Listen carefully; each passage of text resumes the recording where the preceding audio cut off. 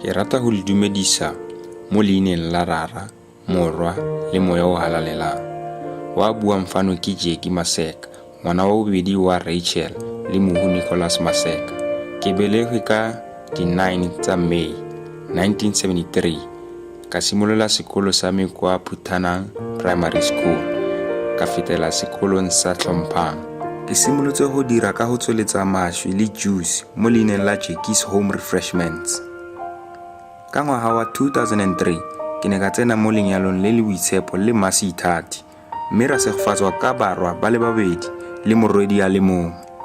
Ka di 9 tsa November 2006, ke fa Modimo a ntshegofatsa ka subcontract mo Telkom, leineng la Zeki Subcontractors. Ke rata gore go mosadi wa me, Maseka, mme le wena kgaitsedi, ke sa lebale batlogolo ba me ba babedi, Thapedi.